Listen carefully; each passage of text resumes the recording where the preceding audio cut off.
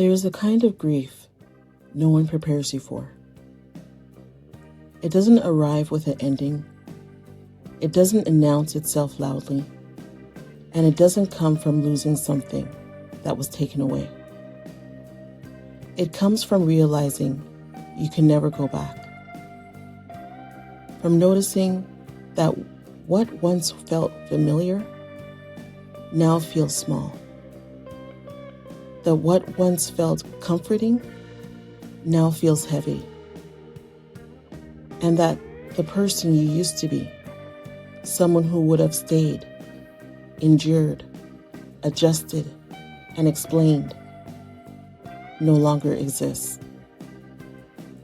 This is a story about that moment, the quiet one, the one where nothing is technically wrong, but everything has changed. Her name was Ilera, and for most of her life, Ilera believed that consistency was the same thing as loyalty. She stayed in friendships longer than she should have. She held onto dreams that no longer inspired her. She relied on coping habits that once kept her afloat, but now quietly drained her. Not because she was afraid of growth, but because she was afraid of losing herself in the process. The version of Ilera that people knew was easy to understand, predictable, supportive, always available. She was the one who stayed.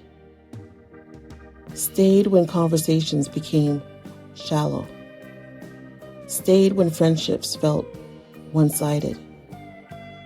Stayed when her dreams stopped fitting her, but still made others comfortable. There was a time when this version of her worked. Her old dreams were simple, familiar, rooted in what she thought she should want, not what she actually wanted. They fit neatly into her life back then, before her awareness expanded, before her standards deepened, before she learned how to sit alone with herself without distraction. But growth has a way of arriving quietly before it announces itself loudly. For Ilera, it started with discomfort. Not dramatic discomfort, subtle discomfort. A heaviness after conversations that used to energize her.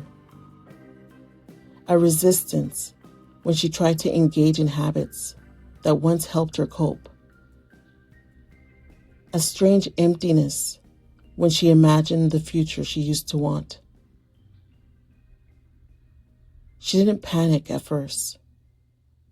She assumed it was temporary, that she just needed rest, or gratitude, or perspective.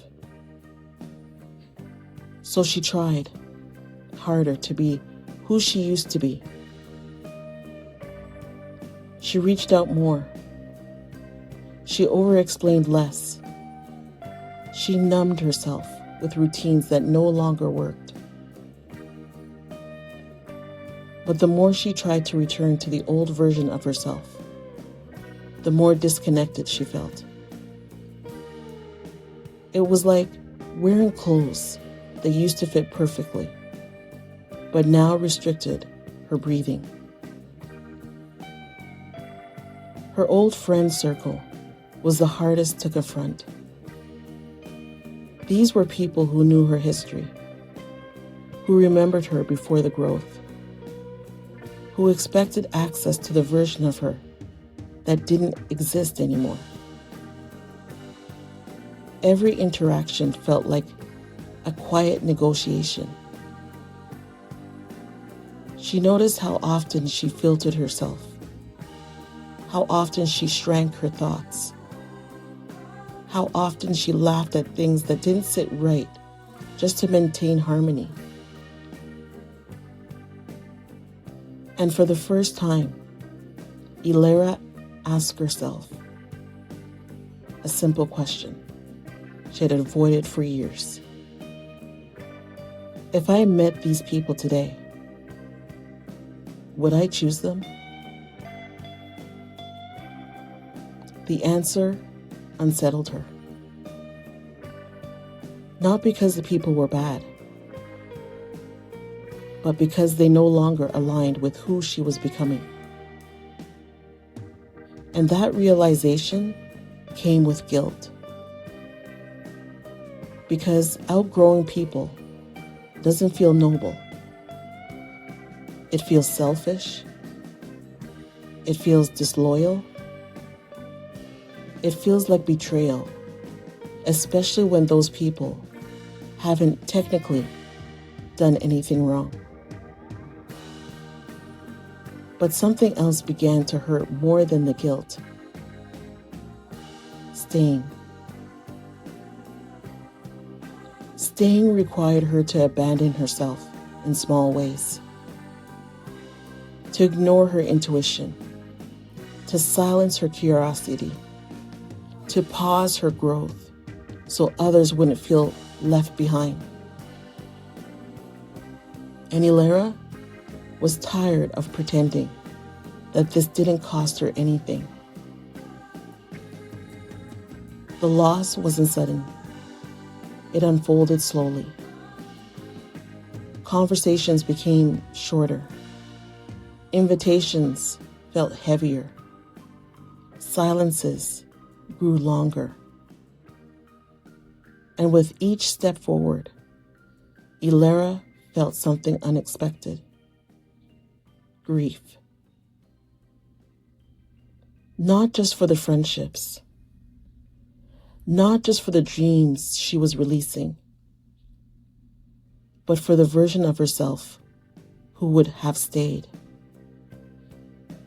The younger Ilera, the one who endured discomfort for connection, who confused familiarity with belonging, who believed that loyalty meant self-sacrifice. She mourned her because that version of herself had survived a lot, had adapted when she didn't have better tools, had stayed because leaving felt impossible at the time. And honoring growth didn't mean shaming that version. It meant thanking her and letting her rest. Her old coping mechanisms were the next to fall away. Distraction, overworking, emotional avoidance, seeking validation through usefulness. They had once protected her, helped her survive seasons she didn't yet have the capacity to fully process. But now, they kept her stuck. They dulled her clarity, delayed her healing, and prevented her from fully stepping into the person she was becoming.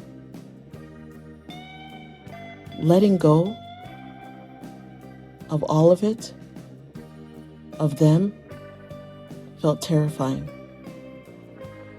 Because without them, Ilera had to sit with herself, with silence, with unanswered questions, with the discomfort of not knowing what came next. There were nights she questioned everything. Was she making a mistake? Was she being ungrateful?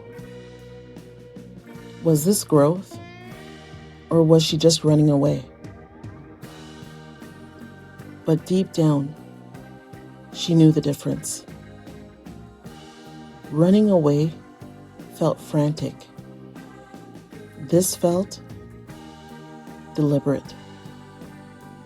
This felt like standing in the middle of a life transition without rushing to fill the space. And that space was painful. There is a loneliness that comes with outgrowing your old self, your old life. A quiet ache that comes from no longer recognizing the future you once planned. There is also something else. Relief. Relief in no longer pretending. Relief in no longer forcing alignment. Relief in choosing truth over comfort. Ilera began to rebuild slowly. Not with grand goals, not with immediate replacements, but with intention. She chose solitude without isolation. She chose reflection without rumination. She chose patience without stagnation. New dreams didn't arrive fully formed. They arrived as whispers, as curiosity, as permission to explore without committing. New connections didn't rush in. They appeared gradually, through shared values, through mutual growth, through conversations that didn't require shrinking.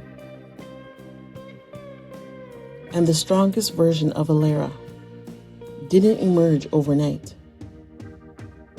She emerged through grief, through uncertainty, through honoring the discomfort instead of avoiding it. She learned something powerful. Outgrowing your old life doesn't mean it was wrong. It means it was complete. And completion doesn't require regret. It requires courage.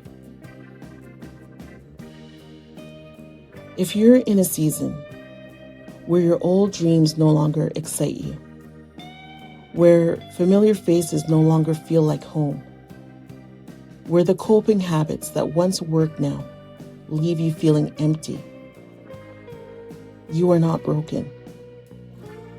You are not ungrateful. You are not lost.